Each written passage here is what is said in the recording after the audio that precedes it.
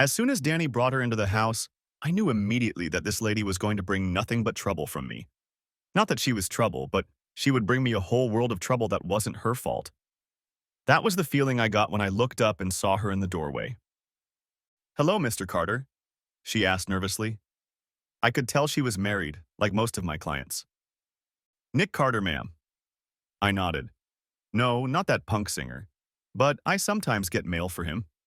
One of the hazards of being a private investigator with a famous name living in Los Angeles. My dad actually named me after a secret agent from the Jove publishing spy novels. We already had a last name, but Dad just called me Nick. Not Nicholas. Nick? So screw it." I stood up and shook her hand.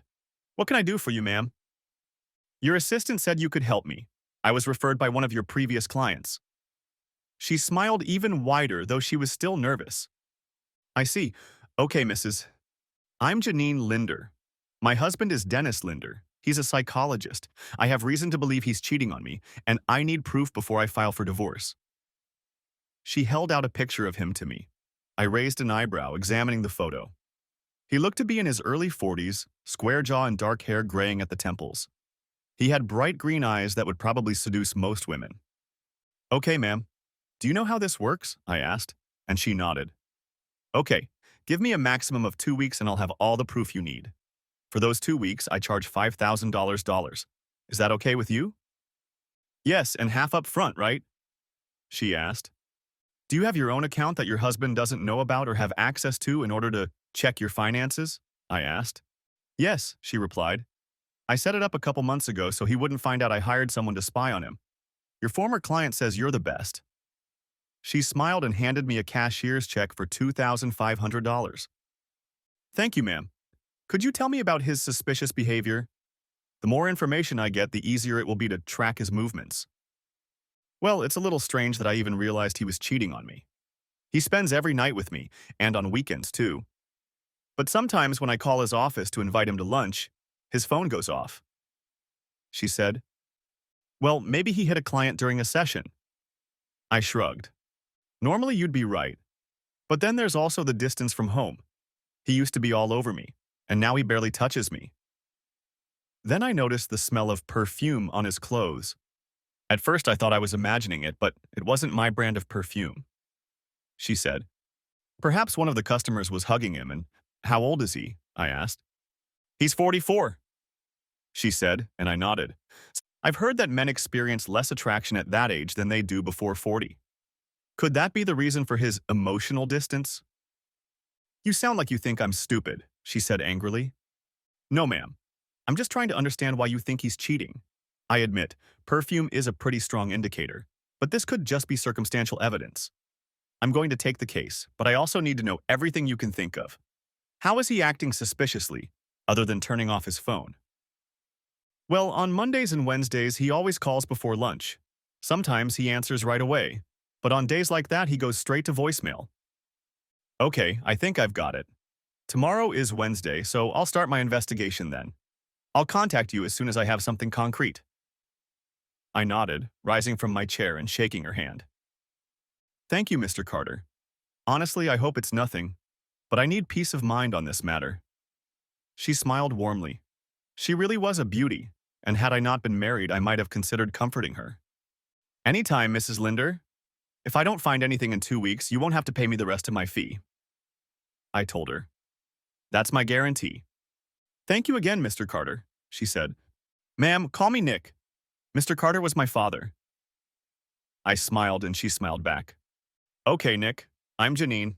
Ma'am is too formal." "Okay, Janine. I'll get back to you as soon as I have something for you. Danny, my assistant, should have your information, so I'll get your number from her." I walked her out and promised to contact her again. As soon as Janine left, Danny walked in and lowered herself into the padded chair in front of my desk. Daniela Velasquez had been my assistant for 6 years. Honestly, I'd be lost without her, and I think she knows it.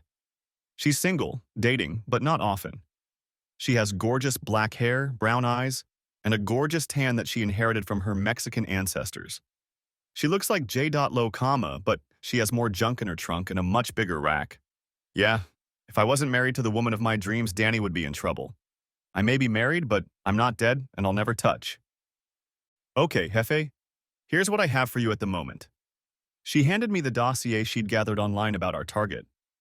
Danny's not a bad private investigator in her own right, and I'm proud to have trained her. She's a fast learner, that's for sure. Dennis Linder, psychologist extraordinaire. I glanced at the folder and an alarm bell rang in my head. It seems a former patient had filed a malpractice suit against him a couple years ago, but the suit had been mysteriously withdrawn with some formulaic response about the reasons. This was getting more and more interesting. The former patient was a woman, and her husband divorced her shortly after the malpractice suit was withdrawn. This was a red flag. I had a bad feeling about Dr. David Linder, and my intuition usually isn't wrong. Danny, dig a little deeper about that asshole, will you? I have a bad feeling about him, I said, and Danny giggled at my phrasing. Ha ha. Yeah, I know. I opened the door for him, and thanks for not stepping through it. Anytime, boss. She winked at me sweetly, then stepped back to her desk to do some more Bing searches about Dr. Dumbass. Daniela is twice her gold, and I know I don't pay her enough even though I pay her very well. We are more like partners than boss and assistant. We split every case 60-40, including fees. Those fees, if you add them up between several clients, add up to over $200K a year. After expenses, I usually get $150K and Danny gets $110K. And that's after taxes. We have an attorney in common who provides us with quid pro quo legal assistance because we kind of work for him as well. His name is Wesley Quentin, and divorce proceedings and other domestic issues are his game. And then there's my wife, Samantha. Yes, Samantha Carter, formerly Samantha Stern. No relation to Colonel Carter from Stargate SG-1. She goes by Sammy for short. I met Sammy 7 years ago when I retired from the company I worked for in Langley, Virginia, and moved back to Los Angeles. I was an insurance investigator for that company. It was a decent life, but after a client in Paris turned out to be a real asshole, I decided I'd had enough and applied my investigative skills at home. I had enough money saved up to start my own private detective business. There's no hiding anything now. Sammy is stunning. She is 5 feet 8 inches tall, which puts her in line with me when she puts on her 4-inch heels. I first met Sammy when I solved my first case for my first client. He threw a party to celebrate me finding and recovering his property. I was his guest of honor, and Sammy was the daughter of one of his friends. She saw me, I saw her, and we were magnetically drawn to each other. We talked and danced and talked some more.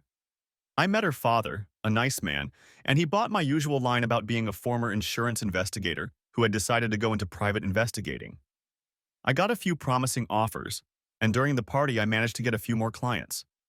That was 7 years ago, and after 6 months of dating and 6 months together, we were married in a small ceremony with only her family and a few of our friends in attendance.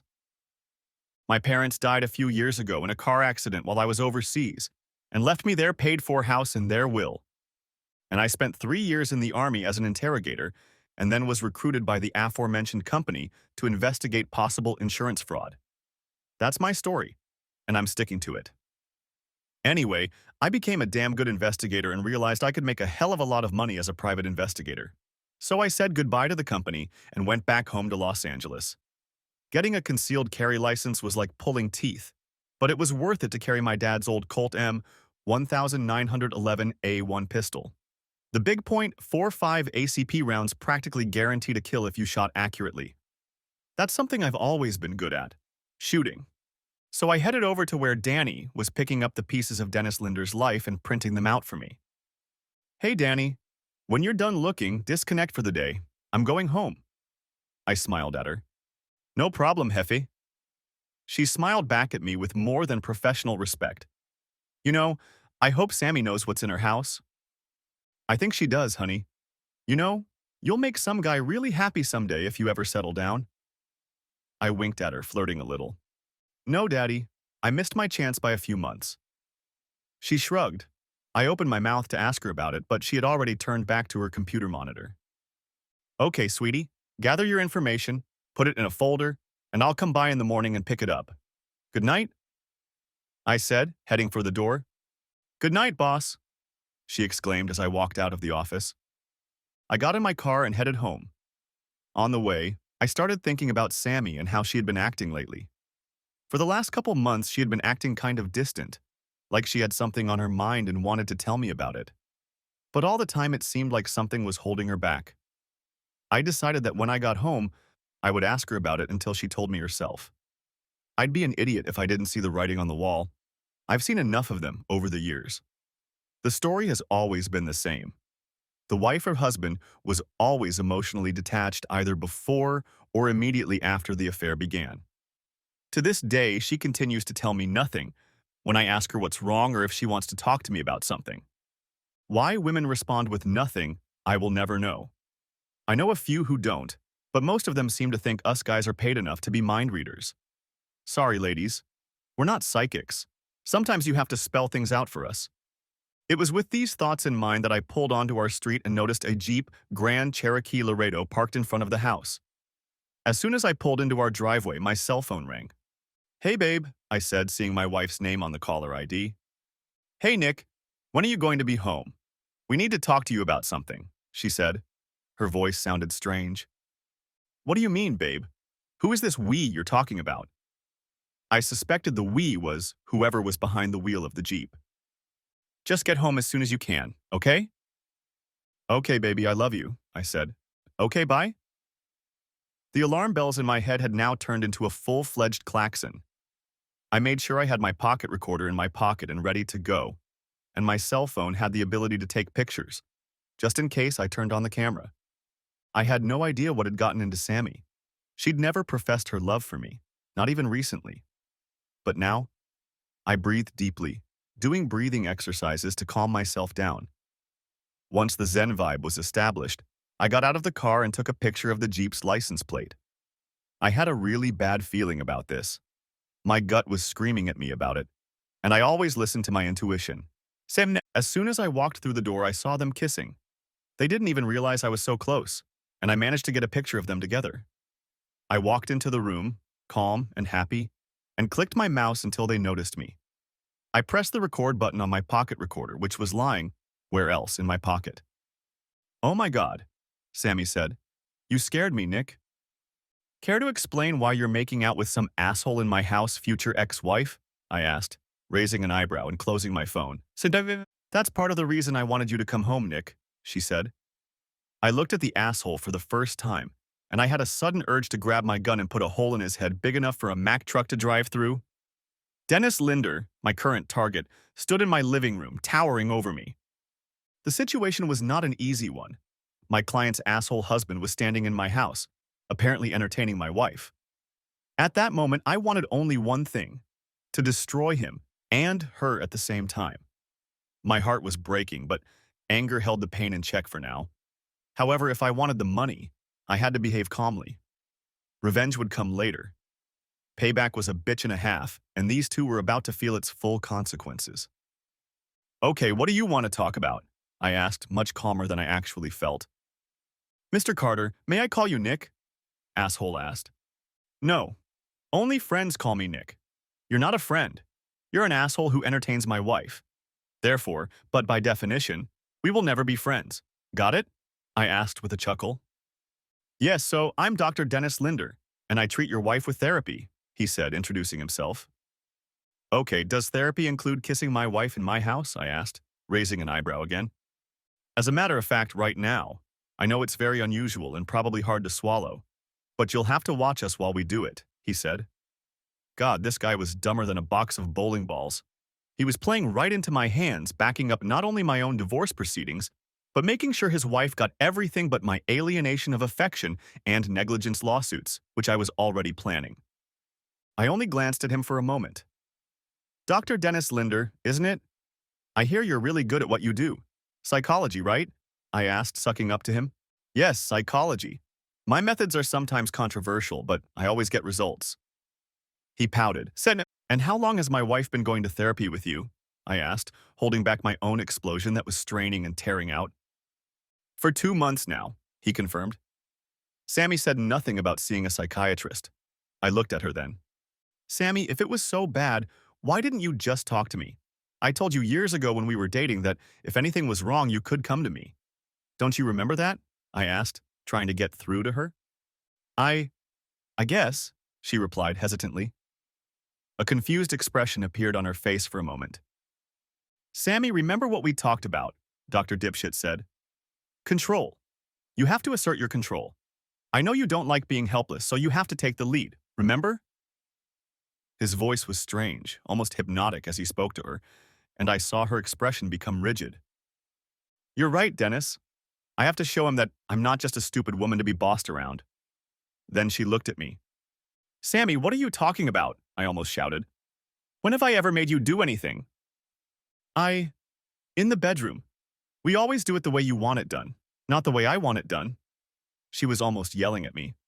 Okay, Sammy, you know what we said after the wedding?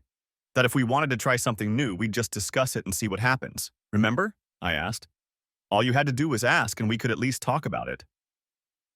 Once again, the look on her face became confused. But before Dr. Fool could say anything, her expression turned hard again. Nick, I need to do this. You can either watch or not watch, but I'm going to do it. She said firmly. Sammy, don't do it. I told you. I really wanted to say, give me more proof, but I refrained. I would have had a lot more proof. I have to, Nick. It won't affect us. I still love you. She said it with a hint of a smile. I realized she was lying to me. I just need something different, and just this once. I don't want you to do that, and if you go through with it, there will be consequences, I said, shaking my head, hoping to appear submissive, to which I reluctantly agreed. Mr. Carter, please let me do my job. Do you have a chair in your bedroom? He asked. He wanted to entertain my wife on our marital bed. Note to self, burn the bed and buy a new one. Yes, there is. Wait, you really want me there? I asked with a look of horror on my face. Yes, it's necessary, said Dr. Fool. If you insist, I growled. Doctor, is there really no other way to get my wife back to normal? I'm afraid not. He said it with a contrived sincerity that wouldn't fool a kindergartner. I hope you don't expect me to commit adultery, I said. Mr. Carter, what your wife and I are about to do can hardly be called adultery. I'm simply helping her overcome a mental block and better your relationship. You'll both be stronger after we're done. He bestowed a smug smile on me at those words, and once again it took an Olympian effort of will not to shove the gun down his throat and fire the entire magazine at him. I won't agree to that, just so you know. I will never agree to an act of adultery between you and my wife, and that's what adultery is, no matter how you slice it. I said, noticing that he wasn't wearing a wedding ring and there was no tan line on his finger. Like I said, Mr. Carter, this is therapy. Sure, it's controversial therapy, but it's not adultery. This time, his smile was indulgent. Oh, this was going to be a lot of fun after some pain. Well, not pain. My love for Sammy was dead, and I felt numb and righteous anger about what I was going to do to that asshole after he was done entertaining my soon-to-be ex-wife. I'm still not going to agree. I shook my head and followed them into the bedroom. I discreetly pulled out my iPhone and started filming him undressing Sammy and laying her on the bed. She willingly spread her legs as he undressed, and neither of them looked in my direction as I sat in the chair and took many pictures. Last chance, you two, I said. Don't do this. It's being done without my consent. The doctor looked at me, at my iPhone sticking out of my jacket pocket, but didn't realize he was recording video. He grinned.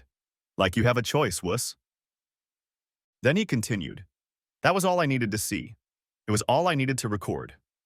Janine's case was now immutable, period. I got up from my chair and calmly walked over to him. I grabbed his hair. Then I hit the bundle of nerves between his neck and shoulder, and he went down like a bad poker hand.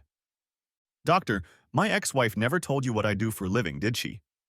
I could see the confusion on his face. Sammy looked at me like I'd grown a third eye. I'm a private investigator, doctor. I have proof that you tried to seduce me with my wife. I now have the evidence necessary to divorce you for infidelity. I have video and audio recordings. I also have evidence of alienation of affection and dishonest labor. I grinned triumphantly, then reached into my belt and pulled out a gun. See, you're a big man, doctor. I could have lost to you in a fair fight, but Colonel Sam Colt makes all men equal in the eyes of God. You'll be able to move in a minute. As soon as you can, get dressed, get your whore, and get out of here. I said this calmly and evenly, which scared the hell out of both of them. I heard Sammy sigh. Good. I looked at the woman who had just broken my heart. Samantha, you need to get dressed, pack your things, and get the hell out. What? She demanded. You heard me. I told you that there will be consequences if you go through with this, and those consequences will be very bad. I felt detached. I felt like my emotions weren't working the way they should. The consequences are going to start right now. You're going to pack up your things, put them in either your car or his SUV and drive away. I'll call my attorney and have him prepare the divorce papers. And then I'll get a restraining order against you and the good doctor. I'm glad we don't have kids, and I'm damn glad I'll never be a father to your kids. I shook my head. Sammy, you broke my heart. I hope it was worth it for you. My voice cracked on the last sentence. If that lover wants nothing to do with you, go live with your parents. A whole range of emotions flashed across Sammy's face as she comprehended what I had just told her. Her main emotion was confusion. But Nick, don't you love me anymore? She asked, eyes wide, in innocent shock. No, not after you willingly allowed another man, despite my protests, to take you in our marital bed. I shouted that last word. You have desecrated the vows we made on our wedding day, Samantha. Because of my protests, you destroyed everything we had. Yes, I really let her have her way this time. I wanted her to feel the pain. I wanted her to feel the pain in my heart when I realized she didn't love me anymore. I can't believe I never knew you, Samantha. I called her by her full name because I knew she hated it, and because she knew I only called her that when I was angry. Samantha, do you remember the conversation we had before we got married? The one about fidelity, do you remember that one? The one where you said you wouldn't tolerate cheating. The one where you said you wouldn't tolerate cheaters. Well, darling, this fits that definition. That day I saw the wisdom in your words and accepted your philosophy. The asshole hissed before she could respond and seemed to be seriously considering pouncing on me. I stepped away from him, keeping Sam's Colt at the ready. I also made sure to keep Samantha in my sights. You're making a mistake, Mr. Carter. I'm going to press charges. He grinned. No mistake at all. I caught you in bed with my wife and thought she was being raped. Who are the cops going to believe? The respected private investigator who caught the rapist or the man who claims it was consensual? Look at Samantha, doctor. Look at the anguish on her face. Misery. It's a good thing I got there in time, isn't it? Otherwise you would have gotten away with it. Maybe I should call the police and report it. His face paled as he hesitated, but then changed his mind.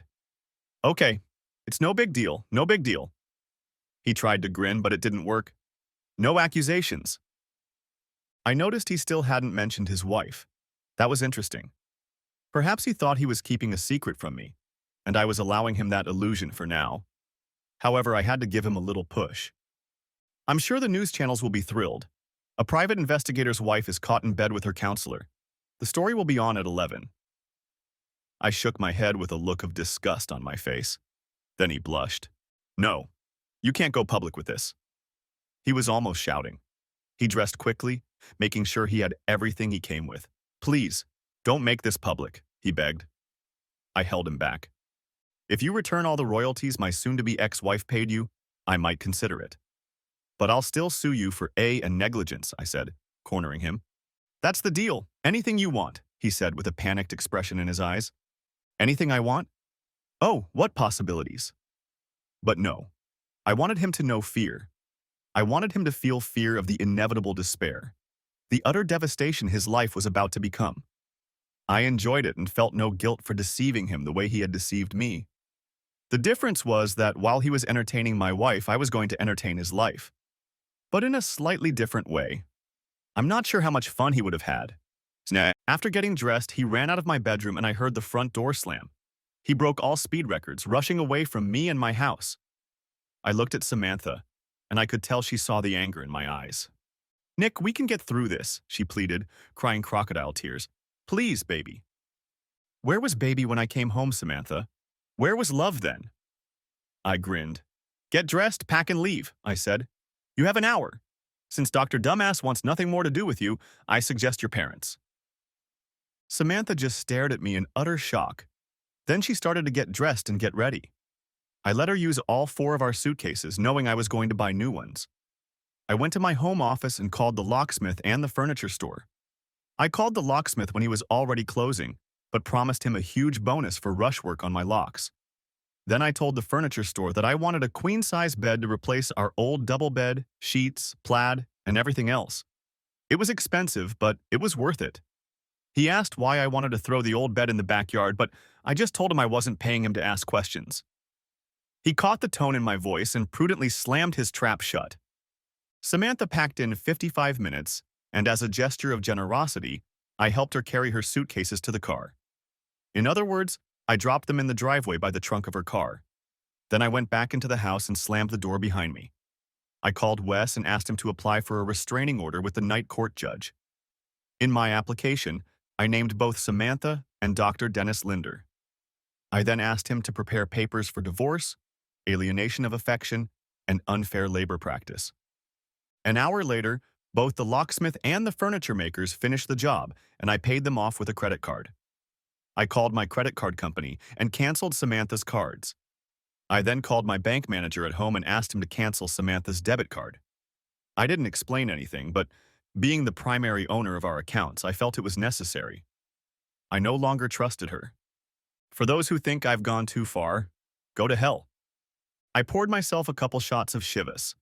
I usually drink beer, and I like it better than any other beverage. However, I needed something stronger, so I poured myself a shot and started sipping it, thinking about what my marriage had become in such a short period of time. Around 7 p.m., I realized I was about to snap. I called Danny. "Hola, jefe," Danny said. "Hi, Danny.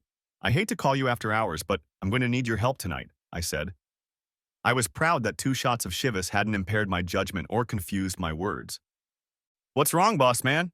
she asked. I never managed to calm her down. Said, "Well, it's complicated and I don't want to tell you over the phone. Just come to my house," I said, feeling the walls start to crumble in my mind. "Okay, jefe, I'll be right there." She ended the conversation before I could respond. God bless that girl. 10 minutes later, she was already knocking on my door. I got up from my seat staring at the blank TV screen and went to open it.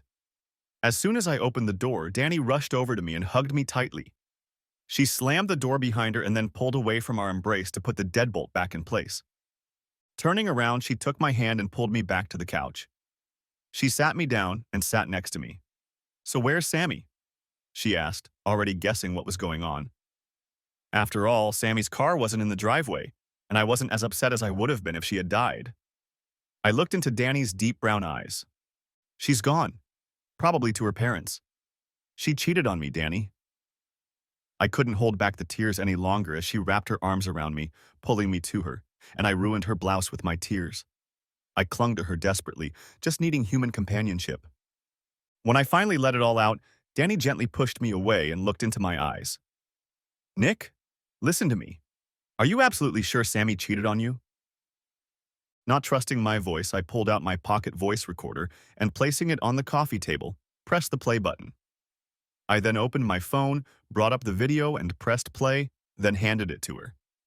Danny watched and listened with growing terror in her eyes as I went to get 2 bottles of beer from the fridge. When I returned, a dark fire flashed in her eyes and she stopped both the recording and the video. I opened both bottles of Arrogant Bastard Ales and held one out to her. "Esa maldita parapolas." Danny finally exploded, taking a sip of the bitter ale. That damn bitch. Danny couldn't help herself. I smiled crookedly at her words. Danny is loyal to the last detail, and she's loyal to me. She took another big sip, then closed her eyes and took a few deep breaths. "Nick, what are you planning?" she asked, placing her hand on mine. "Because whatever it is, I want in on it." "A nuclear strike on the doctor. I have reason to believe that Samantha has been brainwashed. If that's the case, I want her to get the help she needs," I said, my voice hoarse from sobbing. If there was even the slightest possibility that asshole had somehow brainwashed or coerced her, I wanted to find out how. As for Dr. Cranberry himself, I want him and everyone around him burned, except for his wife, who you met earlier in the office. It turns out she was right when she said he was cheating, and with my own wife at that. "That's some bullshit, Nick." Danny shook her head sympathetically. "But okay, what's our first step?" "Reconnaissance, of course." I smiled, strained, trying to hide my feelings. Now that I'd gotten to work, it was easy to sink back into the image of a professional. I'm going to pay a little visit to his office in a few hours. If you're having trouble breaking in, you don't have to come. Screw it. I told you I'm in, Jefe. I'm in it to win it, and you know I'm not backing down. She smiled at me, then leaned forward and hugged me tightly. I know Sammy, Nick. I've known her almost as long as I've known you. I think she was at least forced into that convertible. I think so too, but even then I'm not sure I want her back. She tricked us. She's known the tool for 2 months now, and in that time he's managed to convince her that our marriage is just another toilet to shit in. I said this, still hugging her tightly. God, she was so nice to the touch. I was sorely tempted to kiss her right then and there, but only two things stopped me. One, I hoped that Samantha was a victim of brainwashing or coercion, and that we could somehow work through it all. Two, even if she was more willing than she looked, I wasn't going to stoop to her level and cheat with anyone, not even Danny. Danny, I know what you're thinking, and you have no idea how tempting it is right now, but we have work to do. I forced those words out of me with an ironclad effort of will. I strengthened my resolve and continued. We'll stop by the office and pick up the van. Great idea, boss, she said, holding back her feelings. It didn't take a rocket scientist to realize she'd always had a thing for me. We flirted with each other, but I thought she was just flirting. But now that Sammy was out of sight, at least for the moment, it was obvious that she wanted more. Part of me was dying to give her what she wanted, and that part of me wanted it as much as she did. But, and here's the rub, I wasn't going to do what my wife had done. No, my revenge would be far worse if things went the way I feared. Besides, I didn't want to hurt Danny, and I knew that if Sammy really was coerced or brainwashed by Dr. Dumbass, Danny would suffer greatly if or when I decided to settle with Sammy. We left in her car and picked up the van at the office. I got Comcast magnets out of the trunk and stuck them on the sides of the van. Urban camouflage. I like it. We pulled up to Dr. Dennis Linder's office around 11 p.m., and I entered the building by picking the lock. I was wearing supple calfskin gloves that didn't leave fingerprints but still allowed enough freedom of movement to not interfere with my dexterity. It wasn't difficult to pick the lock, and once inside, I made sure my headphones were working properly so I could communicate with Danny. Reading you loud and clear, Jefe, she said. I had a small 50 GB USB drive with me. I was going to search his computer as well as his file cabinet. I wanted to investigate this guy's business properly. If he's doing this to my wife, I wonder how many other wives he's doing this to. I called the security company, introduced myself as Dr. Linder, and said I forgot my password. It's amazing what the power of a good bluff can do. I sounded authoritative, slightly pompous, and they bought it without even asking to confirm the password. Amateurs, Danny giggled through her earpiece. I know, right? I chuckled softly, picking the lock on the doctor's office. I headed over to his computer, bringing it out of sleep mode. There were no family pictures on his desk. Wow, he sure didn't love his wife. I shook my head, thinking about the fact that this asshole who had a damn beautiful woman living at home was dating at least one of his patients. Password protected. Shit. Shit. Shit. Okay, don't panic. I've analyzed everything I know about Dr. Linder. He was smart, but not very smart. He was tricky when it came to seducing women. On the way out, Danny gave me another round of dirt on Dr. Deepfaker that she dug up after I left. He was a serial womanizer, if you read between the lines of his other patients, who had filed malpractice suits against him or even accused him of harassment. Then those charges were dropped for no reason. Just a trivial misunderstanding at the police station. I already hated the guy. Now I was ready to slowly destroy him. So, mindful of his womanizing tendencies, I typed Romeo as a possible password. Access denied. Casanova. Access denied. Lothario. Access granted. What a predictable asshole. Finding the files I needed wasn't hard either. Wow, that son of a bitch was presumptuous. I inserted the flash drive and downloaded the entire Special Patients section, which almost completely filled all 50 gigs of space. I crossed out a few names, including Samantha Carter. Damn bastard. He had video files of Sammy in here. Oh, okay. It doesn't matter. I removed the flash drive and put the computer in sleep mode. Then I went through his file cabinet. I found Sammy's file, but nothing in it indicated what they'd done. So he wasn't stupid enough to record his adventures in paper files. Anything, Hefe? Danny asked through the earpiece. Plenty, dear, I replied. Nothing paper, but I have about 45 gigs of video he recorded with a few of his patients. Damn it. Okay, we'll have to go through them when we get home, she said. I thought it was funny how she pronounced we and home when talking about our plans for the near future. So as I left the office, I made sure all the doors were locked and there was no sign that I had been here. No security cameras, just a phone call from a landline with an untraceable number. Voice ID could cause a problem if someone was interested, but I wasn't going to worry about that right now. By the time we got back to my house, it was well past 1 o'clock in the morning. We went inside, I put the garage door down, and before I could say anything, Danny gave me a dumbfounded look. I'll stay with you tonight, Nick.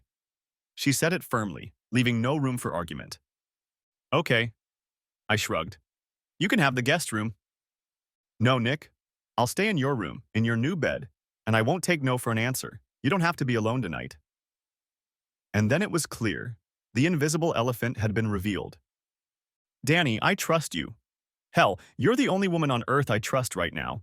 I'm asking you, please, don't make me break my marriage vows tonight. Okay? I asked. I promise. She smiled and kissed my cheek. We'll go over the footage in the morning. I brought my laptop with me so we can split the video and do it in half the time. Sounds like a plan, honey, I said, and headed for the shower. I felt dirty, and not just because I hadn't showered since I'd left for work the previous morning. As I stood under the jets of water, my mental compartment opened up and all the feelings of betrayal rushed back in. Suddenly, I heard the shower door open. She tucked me into bed, covered me with a sheet, and then walked around and climbed in on the other side. I was numb and fell asleep as soon as I closed my eyes. I was completely exhausted, both physically and emotionally. I woke up the next morning with a smile on my face. Danny stood up and hugged me tightly. Oh my God, she was completely on top of me. I decided to nip this in the bud. Danny, listen to me, okay? I wheezed. When she reluctantly nodded, I continued. Danny, I'm sorry for what I just said. I thought yesterday was just a horrible nightmare. I'd be lying if I said I didn't think of you that way sometimes, but I love my wife.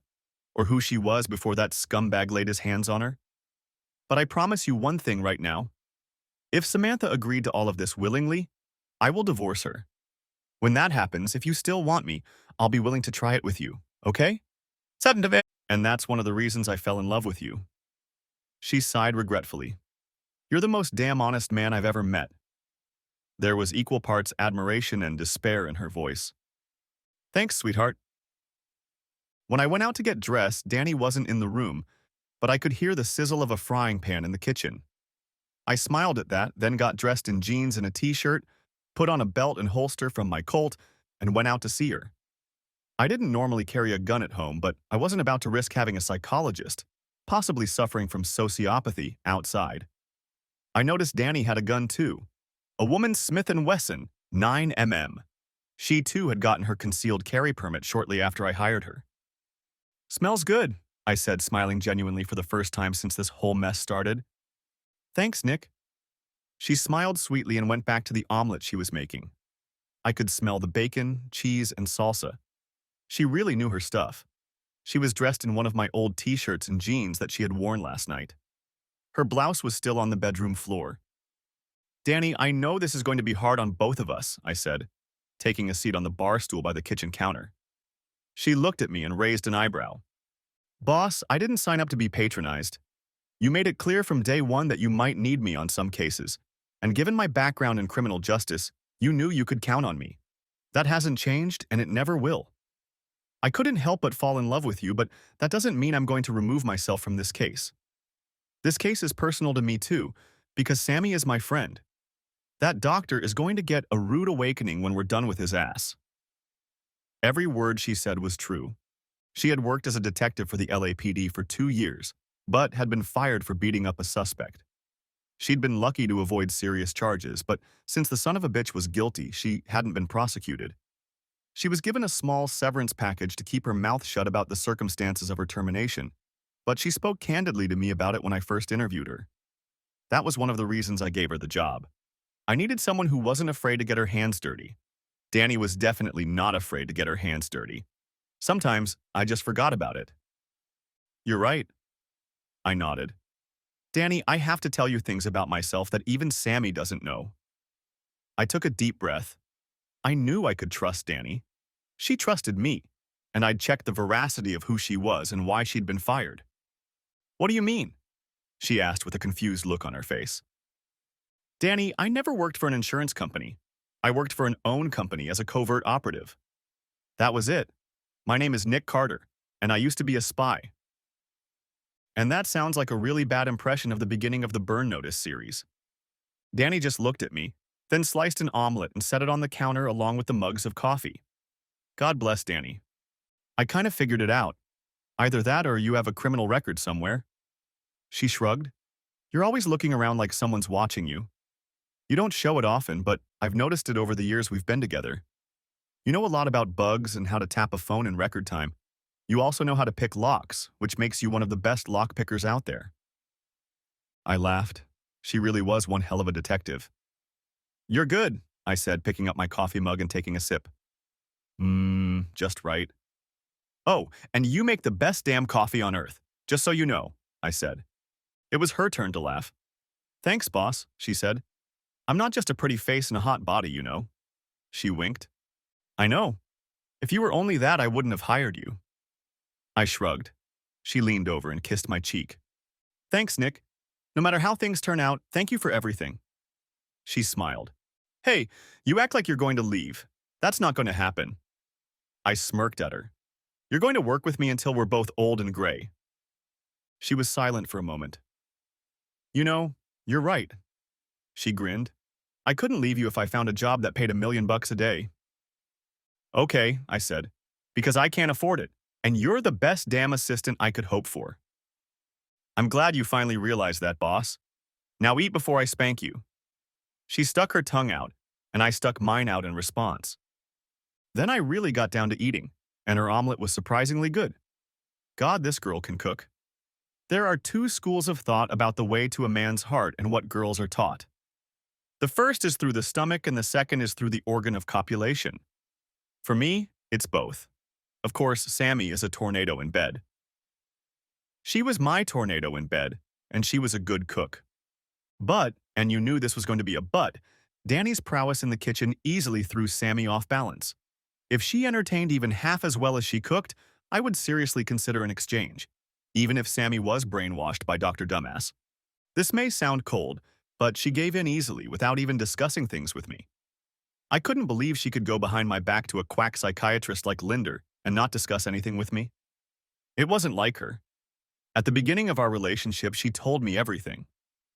It was only in the last couple months after starting therapy that she had almost completely shut herself off from me. When breakfast was over, I helped Danny wash the dishes. When she finished, she turned around and before I could react, she wrapped her arms around my neck and pulled my face to hers. I'm sorry, Nick, she said quietly. No, Danny, I don't think either of us are sorry about that. I chuckled. Damn, I wish I'd met you sooner than my wife. Me too, she said sadly. Damn it. Someone was going to get hurt no matter how things turned out. I really didn't want it to be either of them if Sammy was coerced or brainwashed. We had to watch those videos. Let's go watch the videos. Maybe they'll shed some light on Sammy's mental state, I said. We went to the room where I kept my home office and I downloaded half of the videos onto her laptop. I started where I should have started, with Sammy. The first interview was pretty straightforward, just an introduction. Dr. Dicksocker was writing something down in a notebook, asking Sammy questions about her life. He asked about her husband, me, and other relatives. She told him about her parents and how much she loved us all. I studied his face. A sly smile played on his lips. Then he asked a few more innocuous questions and then told her not to tell anyone about it, as it might negatively affect their future therapy sessions. What a son of a bitch. He was going to seduce her from the beginning. And since she was following his instructions to keep me in the dark and I had no idea what was going on, I couldn't do a damn thing to stop it. He abused her trust in him as a medical professional. Negligence suit. Check. There were more questions in the second clip, more personal this time. He asked her about our lives. He just wrote down every answer she gave in his infernal notebook. He asked a few more personal questions that she didn't seem to want to answer, But he assured her that no one would ever know what she said. She again answered honestly. At the end, he reiterated again that the session should be confidential. She agreed. I checked the dates on the videotapes. There were 16 videotapes of Sammy's sessions, and that corresponded to his Monday and Wednesday appointments. I groaned, covering my face with my hands. The third video was hard to watch, but again, he didn't brainwash her or make her do anything but professional ethics, as he called it. In the fourth video, he began his devious seduction in full. He asked her to describe her fantasies in detail. Before time ran out, she managed to recount 2 of them. Again, a non-disclosure agreement, and she was off on her way. The fifth and sixth videos were very similar to the fourth. She told him about her fantasies. He reminded her that each video had to be confidential, and she agreed. The rest of the videos were also conversations about her fantasies, somehow related to her cheating. By the end of the 14th video, he had raised her self-esteem to the level of selfishness and convinced her to have 2 men, including me, as part of her therapy. I noticed that starting with this video, he didn't encourage her to keep quiet, knowing that she wouldn't tell anyone, including me. This was the 15th video where he first entertained her. Just under a week and a half ago. He told her he would be a second man if that's what she wanted. She looked like she struggled with that decision for a full 15 minutes as he gently nudged her into what he wanted her to think. Finally, she gave in. The 16th roller was the last one. It was pretty much the same. But this time she asked her to keep it a secret and she would call him herself on the right day and hour. I stopped the video and looked up to see Danny looking at me with tears in her eyes and an expression of disgust on her face that probably reflected my own disgust. This guy was a serial seducer, a real Lothario. At least that was clear from his password on his computer. Snap! I'm going to hit that son of a bitch with a warhead so powerful he'll wish he'd never been born. I vowed in a calm voice in front of God and Danny. I agree with you on that, boss, she said, taking a seat on the edge of my desk. Longer videos seem to be harder to come by.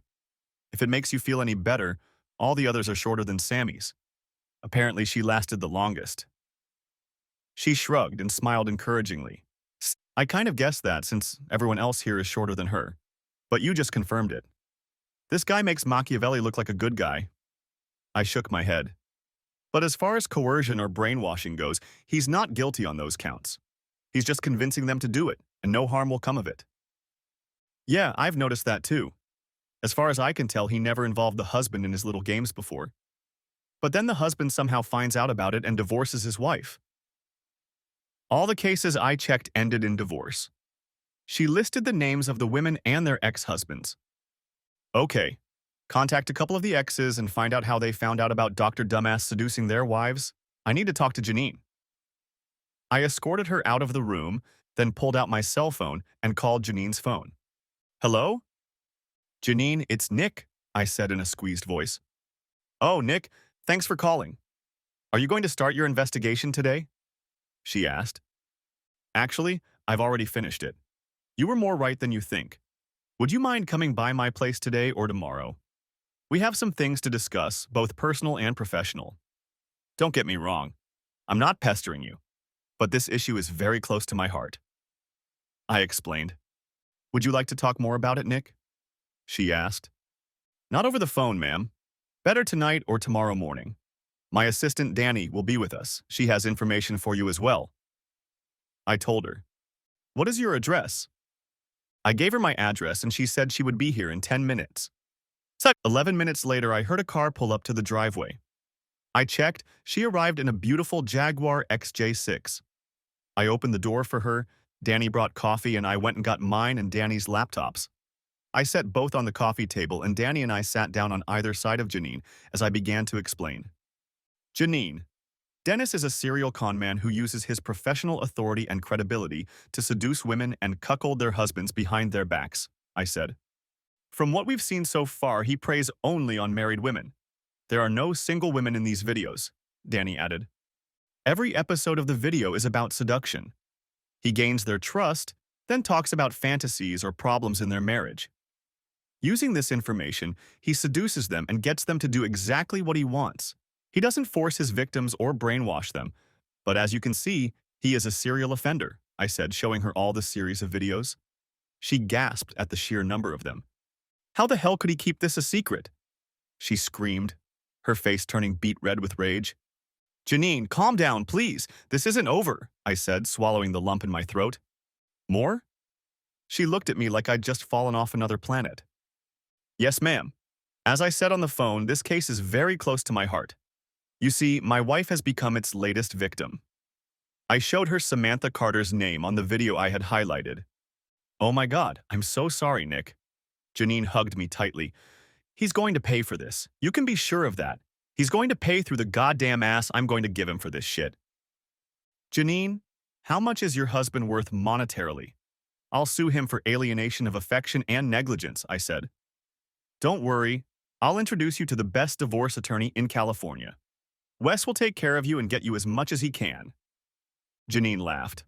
Oh, honey, Dennis is worth over $250 million, including his properties around the world. He has a lucrative practice, his books are bestsellers, and he's been a guest on Dr. Phil several times, but he made most of his money from his books. Okay, I propose we hit him with a blitzkrieg.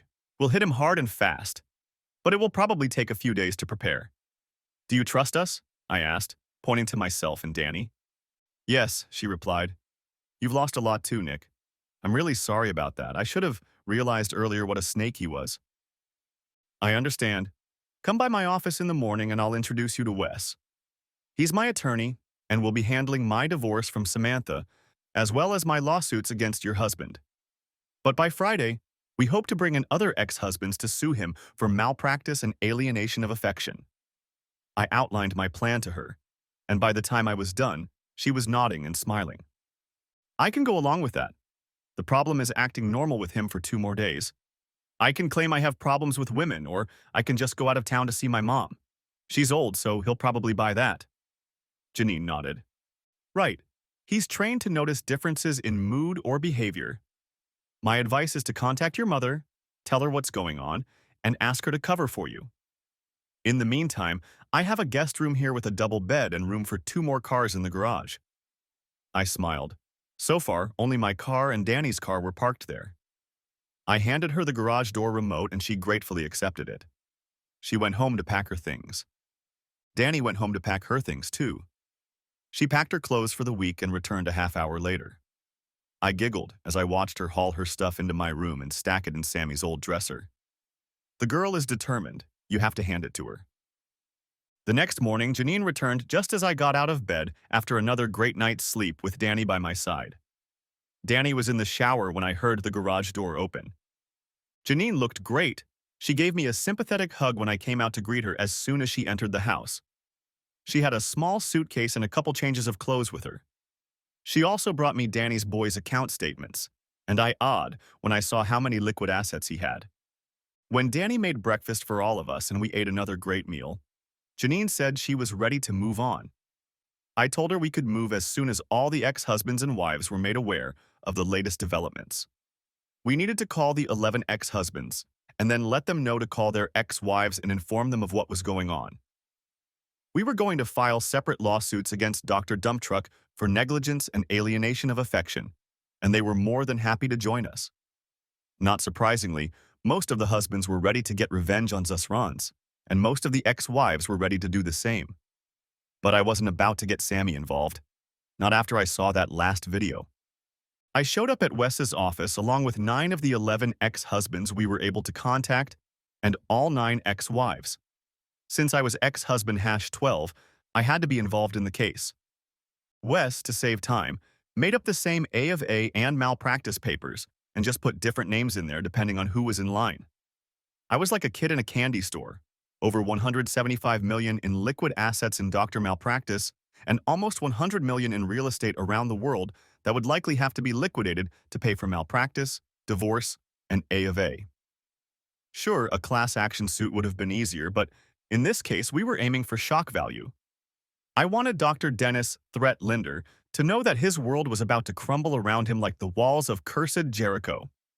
Janine, Danny, and I waited at the end of the line while Wes happily helped a new crowd of clients make this asshole's life miserable and get rich in the process.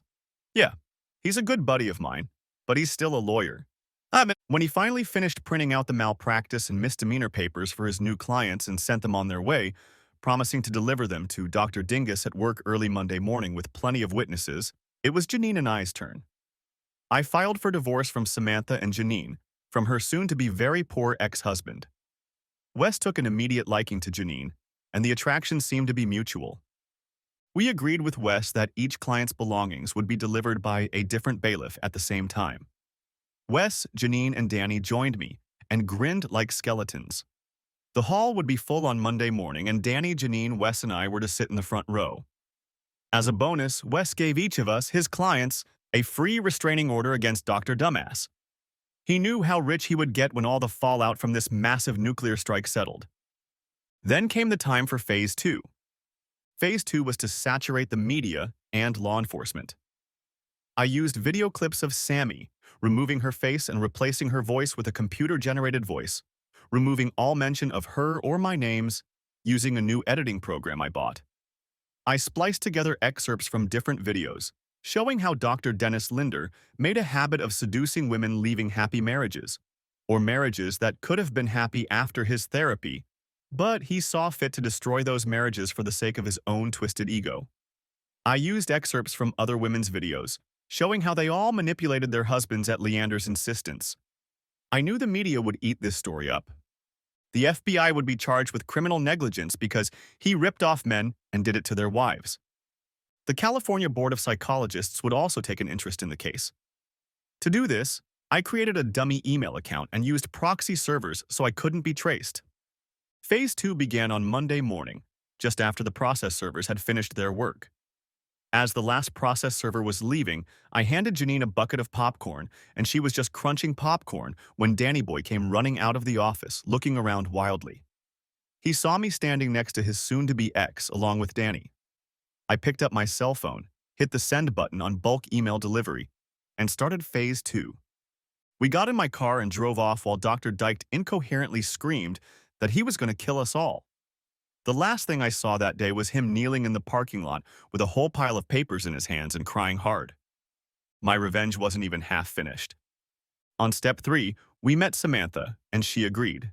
She was staying with her in-laws and was about to find out she couldn't stay there anymore if she wasn't lucky. We met in a very public place, Starbucks. I love that place. "I'm here. Does that mean you want to talk?" she asked hopefully, sitting down across from me. "Actually, I have something to tell you."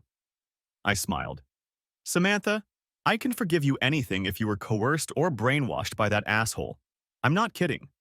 But after 16 hours of you agreeing with everything he said, even your protests, you finally suggested I become a cuckold to fulfill your fantasies of dominance. That's something I can neither forgive nor forget." I shook my head slowly. "Sammy, I would have done almost anything for you. I loved you more than you can imagine. Loved, past tense. I would have given my life for you until I saw this betrayal. This final betrayal of everything we meant to each other. I'm sorry, Samantha, but you've already gotten the summons." I held out the divorce papers to her. "I think you'll find it fair." She looked at the papers in shock. "You're kidding me. I wasn't in my right mind, baby. Please, you have to believe me." She panicked, and that's when I put the other shoe down. "If I were you, I'd figure out what to tell your parents, Samantha. Something tells me they just received an anonymous letter that will show them what kind of daughter they've raised." I stood up and walked out, leaving her in stunned silence. Wes asked Janine out on a date, and she accepted. I vouched for his honesty, as honest as it was. When she asked about it, I said, "He's a divorce lawyer." I shrugged. "Then I'll just have to keep an eye on him." She grinned. "But seriously, he's a nice guy. I wouldn't work with him if he wasn't," I said, reassuring my friend. The next day, Wes called me and told me that Sammy and her lawyer were here and wanted to talk. I agreed and went, taking Danny with me for moral support. "Okay, I'm here," I said, taking a seat across from Sammy and her lawyer, who looked a bit like Gloria Allred, and Danny sat down with me and Wes. "Mr. Carter, I'm Jean Albrook. I'll be representing your wife in this case. From what she's told me, you've completely destroyed her, so I'm taking on her case pro bono. Let me start by saying that these terms are unacceptable." She ended her initial tirade. "Miss Albrook, let me point out that I have enough evidence to sway any judge and jury in the world to my side. They indicate that my soon-to-be ex conspired with her lover to deceive me. It was even her suggestion. For your information, I don't like that lifestyle and never will. Under the circumstances, I believe my offer is more than adequate. I finished, leaning back in my chair. And where is this evidence? Allred Jr. asked. Wes, God bless him, opened the DVD that had the last 2 sessions between Samantha and the good doctor on it. He also put on the DVD a recording from my pocket recorder and a video from my iPhone. The video showed them planning the whole thing, where she would play a confused and helpless victim who just wants to explore herself and Dr. Linder coaxes her. Then my own voice recorder came on the screen as I walked in and caught them together. Then, an iPhone video of them having fun on our marital bed. Then I ripped the video off her and throw it on the floor. I have the rest if you want it, Wes says with an evil smirk. Just say the word, and I'll make copies for you. Gloria Jr. looked like she'd be happy to be anywhere but here at the moment. She looked at the proposal I'd asked Wes to put together. It was pretty fair considering the shit she'd put me through. She was getting $75,000 in a car on top of that. She'll get her stuff, which she'll take at my discretion, and she'll be given an apartment, paid for by me, for a year. No kids, so no alimony. And no alimony. That's what I gave up. There was no way I was going to pay her until she remarried. But at least the apartment was nice. Consulting with Samantha, Gloria's younger clone looked at me. We agree, Mr. Carter. Good decision. I smiled. We all signed our signatures, Jean notarized them, and in 30 days the case was to go before a judge. Those 30 days stretched so damn slow I wanted to tear my hair out. Every day Danny and I kissed like teenagers, but I still couldn't go all the way with her. I wanted to, like you wouldn't believe, but I was stubborn, or as some would say, stupid. By the end I was leaning towards stupidity myself. Finally, the trial date came. We hadn't had any cases since the Leander case, so it was insanely satisfying to wait for the clock to start ticking so we could officially be together. When the judge hit the gavel, I hugged Danny and kissed her in a way that made our toes tippy-toe. As we were splitting up, Sammy came up to us. I'm really sorry, Nick. For what it's worth, I ruined the best thing I had going for me. There were tears in her eyes as she looked at Danny. Danny, please take care of him and don't be as stupid as I am. Sammy, I've been in love with Nick since I first saw him. I kept my distance because he loved you with everything he had. I kept my distance because you were my friend too. You're both my friends, but when you did what you did to him, I couldn't stand by anymore. I'm not sorry either. I love that man, and I promise I will take care of him for the rest of our lives. Danny surprised me with that too. But what really surprised her was Sammy, who hugged her friend tightly. Danny moved in with me for the duration of the 30-day wait. We had plenty to do while we waited for my stupidity to subside or for the divorce to take place. When we got home from court, I took off my old wedding ring and threw it on the coffee table, then picked Danny up in my arms and carried her into our bedroom. It was 2.5 years before the effects of my nuclear strike on Dr. Dennis Linder had completely worn off, and many people had felt its effects in one way or another. Several couples separated by the actions of that asshole eventually reconciled and remarried, receiving compensation for their wrongful death lawsuits. Good for them. Good for them. I heard about Samantha shortly after all the malpractice and personal injury lawsuits were settled in court against Dr. Diptard. Samantha now lives in Vegas and has become a dominatrix. That seems to be right up her alley with the crap Leander uncovered in her psyche. Her parents still aren't talking to her thanks to the fact that I gave her a surgical strike by sending them a video of her and her lover plotting against me. Oh well, she brought it on herself. After Janine divorced him and got a lot more than half, all the criminal charges came down on old Denny like a ton of bricks. He pleaded guilty, but lost his license and had to file for bankruptcy after all the legal proceedings were over. However, that didn't stop everyone he wronged from getting what they deserved. It only delayed them a bit. Someone, who shall remain nameless, visited the good doctor the evening before his criminal trial began. Whoever it was beat Dr. Douchebag so badly that the man had to be hospitalized for several weeks. He had both knees shattered, both arms broken, and both balls torn. As for how I know all this, don't ask me questions and I won't lie to you. Now, if you'll excuse me, I need to clean my old aluminum baseball bat. Wes and Janine dated for 6 months and became so close they got married, with me as best man and Danny as maid of honor. Wes has earned enough from all the trials to retire, and they plan to spend their golden years together. The trial was pretty much open and shut because Dr. Fool's lawyer couldn't get the video of Ascolio seducing all those women into evidence. He was convicted on all counts. And when Denny went to prison, he only lasted 2 days before guards found him wobbling in his cell. Apparently, he fell so hard and so fast that he hung himself, unwilling to put up with what his life had become. That's good. One less burden on society. The asshole who ruined so many lives is now literally on death's doorstep. Seems appropriate to me. After his death, since he never changed his will, Janine was happy to use the large sum of money she inherited to pay off those whose lives her now-deceased ex-husband had ruined. As for Danny and I, we profited like fat cats from my lawsuits.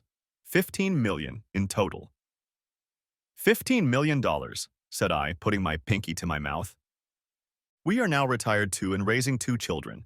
Our son Nicholas, since Danny insisted on giving him his full name, which of course I immediately agreed to, is still young and will be going to kindergarten next year. Isabel, our daughter, is the sweetest little girl I have ever seen. We are happy now. This case, my last case, was ambiguous for me, but in the end it ended well. At the end. Thanks for watching. Hope you enjoyed it. Subscribe to my channel and stay tuned for the next videos.